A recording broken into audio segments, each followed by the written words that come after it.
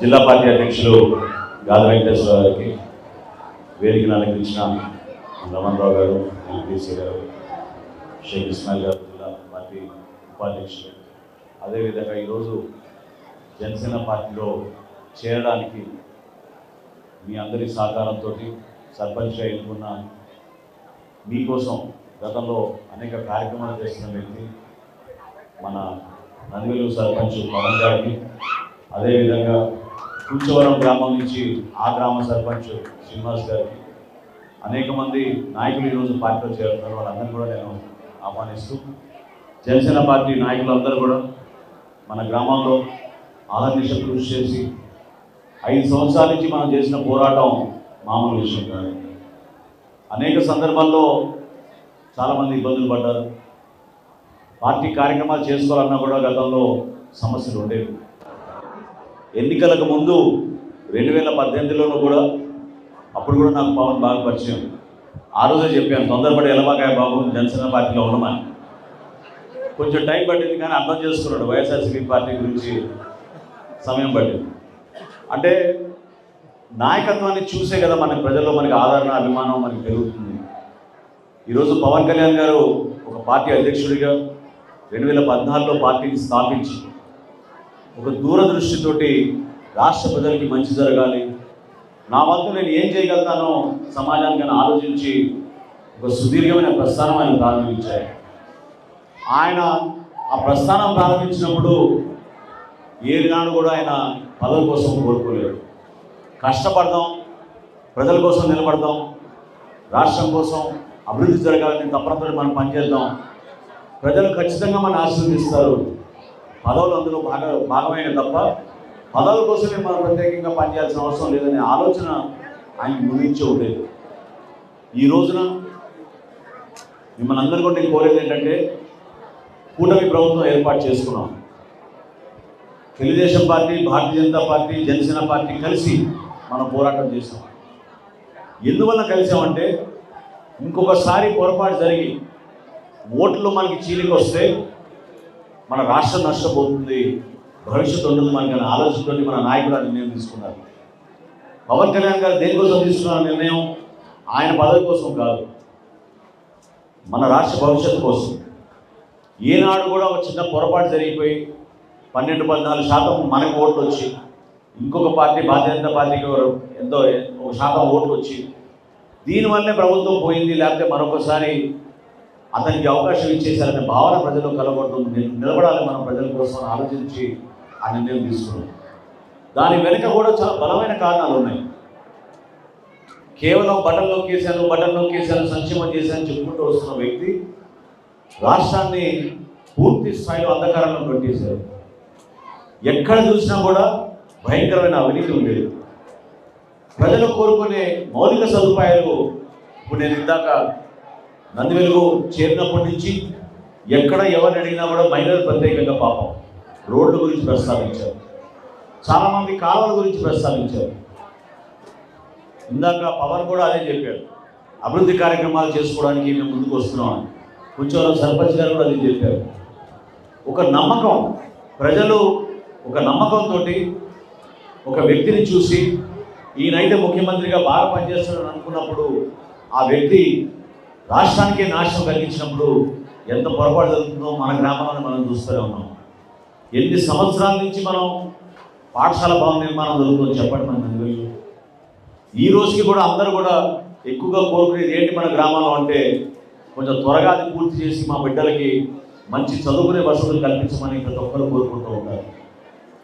ప్రభుత్వంలో వచ్చిన నిధులు దారి మళ్లించేసి ప్రతి శాఖలో కూడా, విద్యాశాఖకు రావాల్సిన నిధులు కూడా దారి మళ్లించారు. బడి పిల్లలకి ఇవ్వాల్సిన బూట్లు, బెల్ట్లు, వాళ్ళకి ఇచ్చే యూనిఫామ్లో కూడా ఈ రోజుకి డబ్బులు కట్టలేదు. రైతులకి ఇవ్వాల్సిన నిధులు ధాన్యం కొనుగోలు చేసి 36,000 కోట్ల రూపాయలు అప్పులు తీసుకుని కనీసం 1,500 కోట్ల రూపాయలు రైతులకు ఇవ్వాల్సిన డబ్బులు కూడా వాళ్ళు కట్టకుండా సర్దుకుని వెళ్ళిపోయారు. ఈరోజు రాష్ట్రం సుమారు 16 లక్షల రూపాయలు అప్పుల్లో ఉంది. ఏ విధంగా మనం ప్రజలకి మంచి కార్యక్రమాలు చేయాలని ఆలోచించినప్పుడు ఖచ్చితంగా ఒక ప్రణాళిక సిద్ధం చేసుకోవాలి. నందివెలుగు గ్రామానికి మనం ఏం చేయాలి, తెనాలి మండలానికి మనం ఏం చేయాలి, తెనాలి పట్టణానికి ఏం చేయాలి, కొలిపర మండలానికి మనం ఏం చేయాలి, గ్రామాల వారీగా మనం ప్రణాళిక సిద్ధం చేసుకుంటేనే మనం అభివృద్ధి అనేది తీసుకురాగలుగుతాం. ప్రజలు కూడా కోరుకునేది ఏంటి? రక్షణ మంచినీటి పథకం కోరుకుంటున్నారు, మంచి రోడ్ల సదుపాయాలు కోరుకుంటున్నారు, ప్రతి సందులో కూడా చీకటి లేకుండా వెలుతురు ఉండాలి, లైట్ వేయమని కోరుకుంటున్నారు. వీధి దీపాలు కూడా చివరికి సర్పంచులే సొంత డబ్బులతో కనుక్కుని లైట్లు వేసే దుస్థితికి తీసుకొచ్చింది ఈ ప్రభుత్వం. ఉదయం పూట కేంద్రం నుంచి లక్షల రూపాయల నిధులు వస్తే మన పంచాయతీకి, సాయంత్రం కల్లా వాళ్ళకి తెలియకుండానే ఈ రాష్ట్ర ప్రభుత్వం మళ్ళీ తిరిగి డబ్బులు తీసేసుకుంది అకౌంట్ నుంచి. 5 సంవత్సరాల నుంచి మనకు జరిగిన అవినీతి పరిపాలన చేతకాక రోజు ప్రెస్ మీట్లు పెట్టి నాయకుల పైన వ్యక్తిగత విమర్శలు చేయడం తప్ప ఈ రాష్ట్రంలో ఏమాత్రం కూడా మేలు జరగలేదు. ఆ తరుణంలో మనకి కోవిడ్ వచ్చింది. కోవిడ్ వచ్చినప్పుడు మన జనసేన పార్టీ నుంచి మన జన సైనికులు, వీర మహిళలు ఈ గ్రామంలో కూడా మనకి అద్భుతంగా మన పార్టీకి సంబంధించిన వ్యక్తులు ఇంటింటి తిరిగి కూరగాయలు పంపిణీ చేశారు. కోవిడ్ని కూడా లెక్క చేయకుండా పేదరికంలో ఉన్న కుటుంబాన్ని ఆదుకోవాలని పవన్ కళ్యాణ్ గారు పిలిపించినప్పుడు అందరూ కూడా కష్టపడి తిరిగారు. ఆలోచించండి ఒకసారి మీరు. మొట్టమొదటిసారి క్రియాశీలక సభ్యత్వం మనం 2021లో మొదలుపెట్టినప్పుడు ఆ రోజులో కూడా కోవిడ్ విపరీతంగా ఉన్నప్పుడు కొన్ని గ్రామాల్లోనూ కొన్ని జిల్లాల్లోనూ చేసాం క్రియాశీలక సభ్యత్వం. లక్ష దాటాం ఆ రోజున. 2022 వచ్చే వరకు 3,50,000 చేసాం సభ్యత్వం. అక్కడి నుంచి గత సంవత్సరం 6,47,000కి మనం చేరగలిగాం. దీని వారి వెనక ఆలోచన ఏంటి? సభ్యత్వం అంటే కేవలం రసీదు ఇచ్చేసి నువ్వు పార్టీలో చేరిపోయావనే ఒక సంఖ్య గురించి కాదు. పవన్ కళ్యాణ్ గారు ఆలోచించింది, ఏ రాజకీయ పార్టీలో కూడా భారతదేశంలో ఈరోజు కార్యక్రమం లేదు. ఈరోజు 500 రూపాయల సభ్యత్వం తీసుకుని ఎవరైతే క్రియాశీలక సభ్యత్వం తీసుకుంటున్నారో వారికి భరోసా ఇచ్చే విధంగా పొరపాటున ఏమైనా ప్రమాదం జరిగితే, ప్రాణాలు కోల్పోతే 5 లక్షల రూపాయల ఆర్థిక సాయం, అదేవిధంగా గాయాలైతే హాస్పిటల్లో వాళ్ళకి 50,000 రూపాయల వరకు చెక్లు అందించే విధంగా చేసాం. మన నందివెలుగు గ్రామాల్లో కూడా మనం చాలామందికి ఇచ్చాం. మీరే చూశారు. ఒక భరోసాని ఇవ్వడానికి కోసం చేసిన కార్యక్రమం, ప్రతి కార్యకర్తకు ఒక రక్షణ ఇవ్వడానికి కోసం. ఒక పార్టీ అధ్యక్షుడిగా జనసేన పార్టీ అంటే ఆదర్శవంతంగా నిలబడుతుంది, విలువలతో కూడిన రాజకీయాలు చేస్తుంది అనేది పవన్ కళ్యాణ్ గారి ఆలోచన.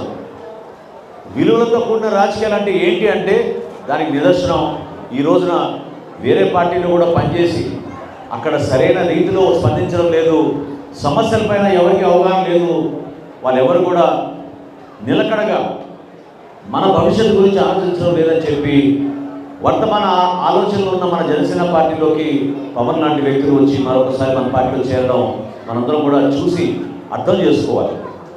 ఈరోజు ఇతర పార్టీ నుంచి నాయకులు వస్తున్నప్పుడు కొంతమందికి ఇబ్బంది కలగచ్చు. సహజంగా గత 5 సంవత్సరాలు ఉన్నప్పుడు వాళ్ళ నాయకుడిని చూసి వాళ్ళు కూడా చిన్న పొరపాట్లు చేసి ఉండొచ్చు. నేను మిమ్మల్ని అందరినీ కోరేది ఏంటంటే మనం పెద్ద మనసుతోటి మన పార్టీ ఇంకా విస్తరించాలి, అన్ని ప్రాంతాల్లో మనం ఎదగాలి. గ్రామాల్లో మనం ఈరోజు కూటమిలో ఉన్నందుకు తెలుగుదేశం పార్టీ, భారతీయ జనతా పార్టీ నాయకులు కూడా మనం కలుపుకొని చేసే ప్రతి కార్యక్రమాల్లో కూడా మనం అందరినీ కూడా భాగస్వామ్యం చేసుకోవాలి.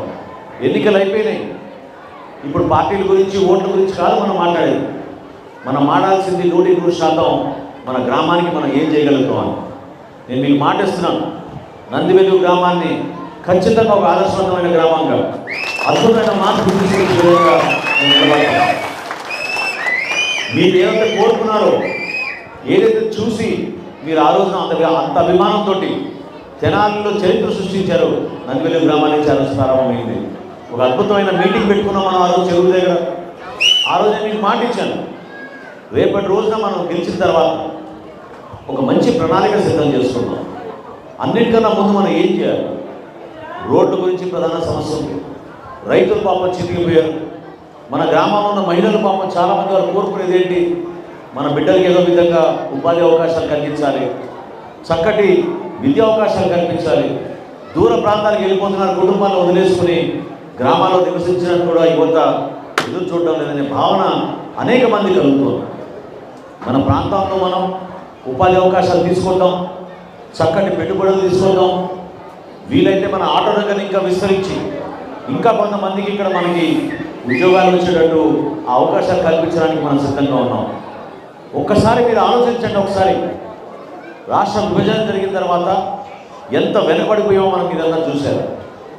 ఎక్కడ చూసినా కూడా ప్రజలు కోరుకునేది అదొకటే, మౌలిక సదుపాయాలు కల్పించండి, మా వంతు మేము ఏదో విధంగా కష్టపడి పైకి వస్తామని. ఎందుకు చేయలేకపోయారు? ఎందుకంటే కొన్ని ఆశ్చర్యకరమైన విషయాలు మీకు చెప్పాలి. రాష్ట్రంలో ఈ రోజున 5 కోట్ల జనాభా ఉంటే 4,47,00,000 మందికి రేషన్ బియ్యం అందిస్తున్నాం మనం. అంటే అంతమంది పేదరికంలో ఉన్నారా? ప్రతి గ్రామాల్లోనూ, ప్రతి జిల్లాలోనూ, ప్రతి పట్టణంలోనూ ఎంతోమంది పాపం తెలియక 43 రూపాయల కిలోకి బియ్యం ప్రభుత్వం కొని మీకు ఇస్తుంటే ఉచితంగా ఎవడో దొంగ వచ్చి వ్యాన్ తీసుకొచ్చినందుకు అతనికి 7 రూపాయలకి, 8 రూపాయలకి, 10 రూపాయలకి అందిస్తూ ఉంటారు. కానీ ప్రభుత్వానికి అయ్యే ఖర్చు ఏంటి? 43 రూపాయలు ఒక్కొక్క కిలో. ప్రజల కోసం, పేదరికంలో ఉన్న కుటుంబాల కోసం ఎల్లప్పుడూ మన రాజ్యాంగంలో ఇచ్చిన ఒక భరోసా, ఎవరు కూడా ఆకలితో ఉండకూడదు, ఖచ్చితంగా ప్రతి నెల మనం బియ్యం సరఫరా చేయాలనే కేంద్ర ప్రభుత్వం మన రాష్ట్రం గురించి, మన ప్రజల గురించి ఆలోచించి తీసుకున్న నిర్ణయాన్ని ఈరోజు కూడా అద్భుతంగా మనం సేవా కార్యక్రమాలు చేస్తున్నాం. రాబోయే రోజుల్లో ఊహించని విధంగా చక్కటి సంక్షేమ కార్యక్రమాలు మనకు ముందు పెట్టుకున్నాం. ఎన్నికలప్పుడు చేసిన వాగ్దానాలు ఇప్పుడే ఎంపీటీసీ గారు నాకు గుర్తు చేస్తున్నారు. ఆమె కూడా ఎన్నికల్లో గెలిచింది. మరి ఆమె అప్పుడే చేసిన వాగ్దానాల గురించి మర్చిపోయినట్టున్నాము. ఈరోజు మేము రాష్ట్ర ప్రభుత్వం నుంచి ఒక మంత్రిగా నాకు బాధ్యత ఉంది కాబట్టి మీకు చెప్తున్నాను. ఎన్ని ఆర్థిక ఇబ్బందులు ఉన్నా కూడా ఖచ్చితంగా మేము ఇచ్చిన మాట ప్రతి ఒక్కటి కూడా నిలబెట్టుకుంటాం. సంక్షేమంతో సహా చంద్రబాబు నాయుడు గారి నాయకత్వంలో, పవన్ కళ్యాణ్ గారి నాయకత్వంలో ప్రతి ఒక్కరికి మేలు చేసే విధంగా మనం ముందుకెళ్దాం. దాన్ని మీరు ఖచ్చితంగా గుర్తుపెట్టుకోవాలి. ఎవరికి ఇబ్బంది కలగకుండా రైతాంగాల కోసం, మహిళా సాధికారత కోసం, యువతకు ఉపాధి అవకాశాల కోసం, మన బిడ్డలకి నాణ్యమైన విద్యా సేవలు, వైద్య సదుపాయాలు అందించేటట్టు తప్పకుండా మనం ముందుకెళ్దాం. కానీ వీటన్నింటిలోనూ మీ సహకారం ఎంతో అవసరం. ఎందుకంటే ఒక గ్రామాభివృద్ధి జరగాలంటే మీరు కూడా బాధ్యతలు తీసుకోవాలి. అంతేగాని మొన్న నెల రోజుల్లోనే నాకు 10 కంప్లైంట్లు వచ్చినాయి మీ గ్రామం నుంచి. ఒకరిపైన ఒకరు కంప్లైంట్ పెట్టుకుంటున్నారు. ఒక రోడ్ వేస్తానంటే ఇంకోరు అడ్డుకుంటున్నారు, ఒక ఇల్లు కట్టుకుంటానంటే ఇంకోరు అడ్డుకుంటున్నారు, కాలువ తవ్వాలంటే అడ్డుకుంటున్నారు. ఇవన్నీ కూడా మనం మానుకొని దయచేసి మన గ్రామాభివృద్ధి కోసం, మన సంక్షేమం, మన అభివృద్ధి రెండు కలిసి ముందుకెళ్ళాలని ఆలోచనతో మనందరం కూడా సహకరించాలి. చేద్దాం, చేసి చూపిద్దాం. నేను గతంలో కూడా చెప్పాను, 10 సంవత్సరాలు శాసనసభ్యుడిగా ఉన్నప్పుడు ఆ రోజు కూడా మనం ఇంకా అద్భుతంగా అభివృద్ధి చేసుకోవాలనుకుంటే పెద్దలందరూ కూడా ఆ రోజు కలిసి రాలేదు. ఈరోజు కూడా నేను చెప్తున్నాను, పవన్ నేను ఎందుకు మనస్ఫూర్తిగా ఆహ్వానించానంటే పార్టీలోకి రమ్మని. గతంలో జరిగిన పొరపాట్లు ఇంకోసారి జరగకూడదు. 30 లక్షల రూపాయల నిధులున్నా కూడా గతంలో నేను శాసనసభ్యుడిగా ఉన్నప్పుడు చివరిలో ఉపయోగించుకోలేకపోయాం, నష్టపోయాం. పల్లెల్లో రోడ్లు వేద్దాం అనుకున్నాం, బీసీ కాలనీలో రోడ్లు వేద్దాం అనుకున్నాం. దానికోసం 30 లక్షల రూపాయలు నేను తీసుకొచ్చినా కూడా, నిధులు ఉన్నా కూడా కాంట్రాక్ట్ చేయడానికి ఎవరు ముందు రాకపోతే ఆ రోజు కూడా మునిగిపోయినాయి అంత నిధులు. అటువంటి పొరపాటు జరగకూడదు.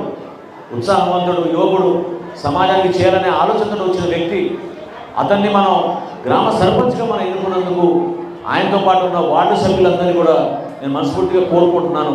మీరు ఆ సపోర్ట్ మీరు అందించండి. ఆ సహకారం ఎంతో అవసరం.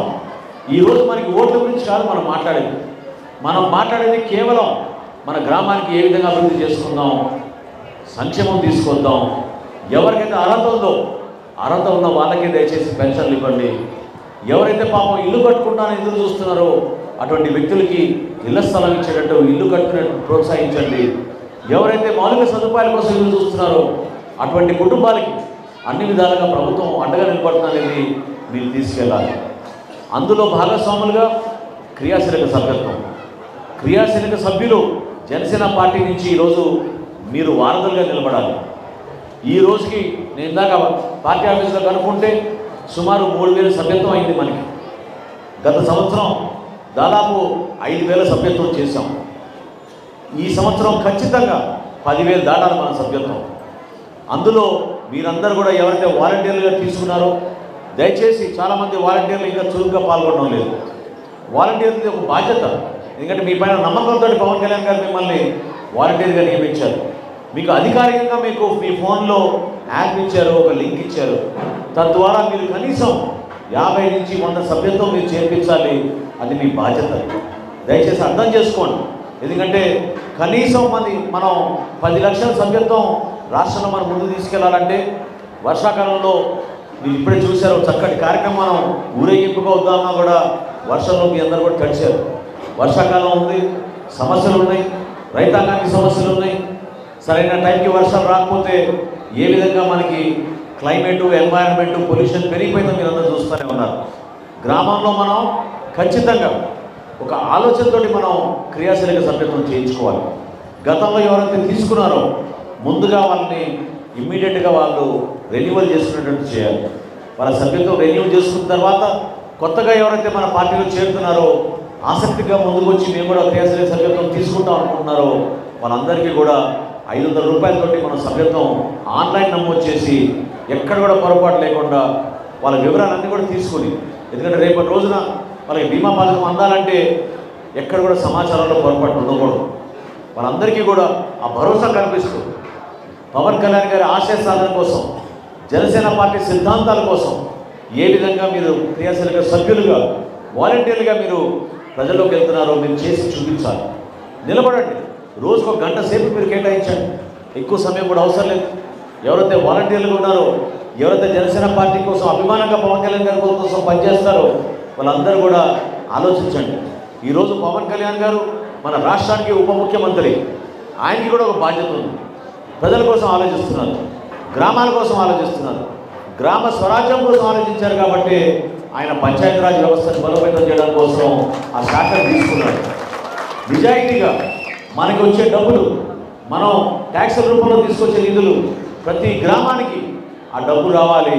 తద్వారా గ్రామ స్థాయిలోనే నిర్ణయాలు తీసుకుని మంచి కార్యక్రమాలు చేయాలి. జాతీయ ఉపాధి హామీ పథకం ద్వారా మనం అనేక కార్యక్రమాలు చేసుకుంటూ రైతులకి, మహిళలకి, మన గ్రామాల్లో ఎవరు కూడా కూలీ పనికి వెళ్ళడానికి ఇబ్బంది కలగకుండా అందరికీ మనం సహాయం అందేటట్టు మనం చక్కగా రూపొందించుకున్నాం. ఆలోచించండి. ఎందుకంటే జనసేన పార్టీ ఎదగాలి. ఎన్నికలు అయిపోయినాయి. ఎన్నికలు అయిన తర్వాత మొట్టమొదటి రాజకీయ కార్యక్రమం ఇది. క్రియాశీలక సభ్యత్వం అంటే మనందరం కూడా ఒక కుటుంబ సభ్యులుగా, ఒక కుటుంబంలోకి బలంగా మనం పనిచేసే విధంగా ఒక చక్కటి అవకాశం మన పార్టీ అధ్యక్షులు పవన్ కళ్యాణ్ గారు కల్పించారు. దాన్ని మీరు ఉపయోగించుకుని మీరు కూడా ఆ సభ్యత్వానికి 10 మందికి చేరే విధంగా, తద్వారా నేను మొన్న కూడా చెప్పాను ఈ విషయం. ఒక నెల అయిపోయింది మన ప్రభుత్వంలోకి వచ్చి. రాబోయే రోజుల్లో ఇక మన పైన బురద మొదలు పెడతారు. నిన్న పోయాడు హడావిడిగా నరసరావుపేట పోయి పరామర్శించాడు అతని కుటుంబాన్ని. ముఖ్యమంత్రిగా ఉన్నప్పుడు ఏ రోజైనటువంటి పని చేశాడో చెప్పండి. వాళ్ళ సొంత శాసన మండలి సభ్యుడు ఒక డ్రైవరు హత్య జరిగితే, డోర్ డెలివరీ జరిగితే ఏమైపోయింది ఆ రోజు ఈ ముఖ్యమంత్రికి? ఎందుకు ఆ రోజు ముఖ్యమంత్రి మరి ఆ రోజున రాజమండ్రికి, తూర్పుగోదావరి జిల్లాకి వెళ్ళేసి పరామర్శించిందని చెప్పాను. ఈరోజు ఒక సంఘటన జరిగితే నరసరావుపేటలో, వినుకొండలో ఏ విధంగా హడావిడిగా ప్రయాణం చేసుకుంటూ పోయి మరొకసారి ఆయన పబ్లిక్లోకి వెళ్తున్నాను చెప్పుకుంటున్నాడు చెప్పండి. తెనాలికి ఎట్లా వచ్చాడు ఆయన? గతంలో హెలికాప్టర్ వేసుకొచ్చాడు. ఎందుకు? అక్కడ తాడేపల్లి నుంచి రోడ్డు మీద రావచ్చు కదా. రోడ్డు ప్రయాణం చేస్తే కనీసం ఈ గుర్తాలు తెలిసాయి కదా. ఈ రోడ్డు దుస్థితి ఆయనకు అర్థమయ్యేది కదా. ఎందుకు 20 కిలోమీటర్ల లోపు ఆ ప్రయాణం హెలికాప్టర్ వచ్చాడు చెప్పండి. అటువంటి వ్యక్తి మనకి నాయకత్వం వహించినప్పుడు మన రాష్ట్రానికి ఎంత నష్టం జరిగింది మీకు తెలుసు. విచ్చలవిడిగా గంజాయి వెళ్ళిపోయింది ప్రతి గ్రామంలో కూడా. ఎక్కడ చూసినా కూడా తల్లిదండ్రుల ఆవేదన. బిడ్డలు చెడిపోయారు, చదివించుకోవాలని వాళ్ళని పాఠశాలకు విద్య పంపిస్తే వాళ్ళు చేసేది ఏంటో వాళ్ళకి అర్థం కావడం లేదు. ఎవరు చేసే దుర్మార్గం ఏంటి చెప్పండి మీరు. మొన్న కాకినాడకి వెళ్ళి దాడులు చేస్తే ఒక్క కాకినాడ పట్టణంలోనే, ఆ నగరంలోనే 52,000 లక్షల మెట్రిక్ టన్ను మేము స్వాధీనం చేసుకున్నాం బియ్యం.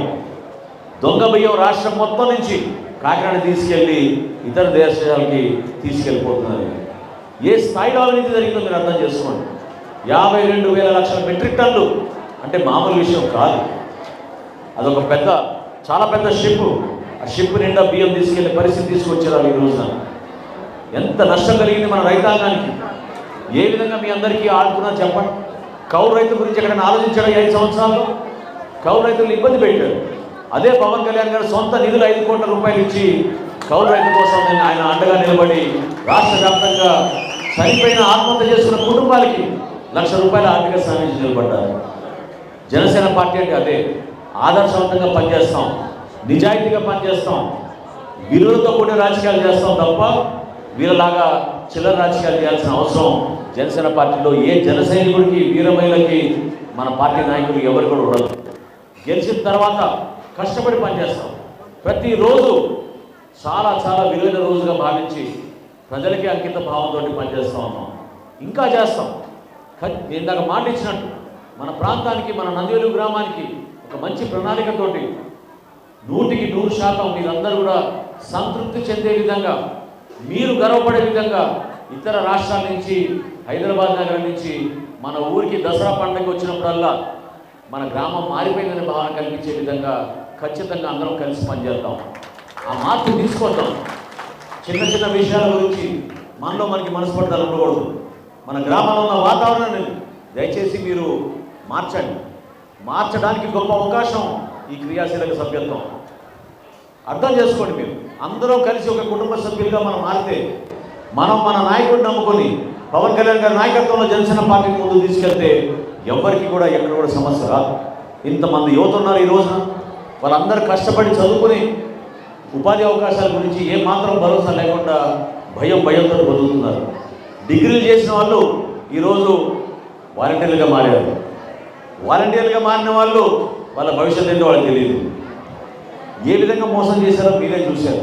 ఉద్యోగాలు మహాప్రభు, పెట్టుబడులు తీసురా, పరిశ్రమలు తీసురా అంటే ఉన్న పరిశ్రమల్ని వీళ్ళు తరిపేశారు మన రాష్ట్రం నుంచి.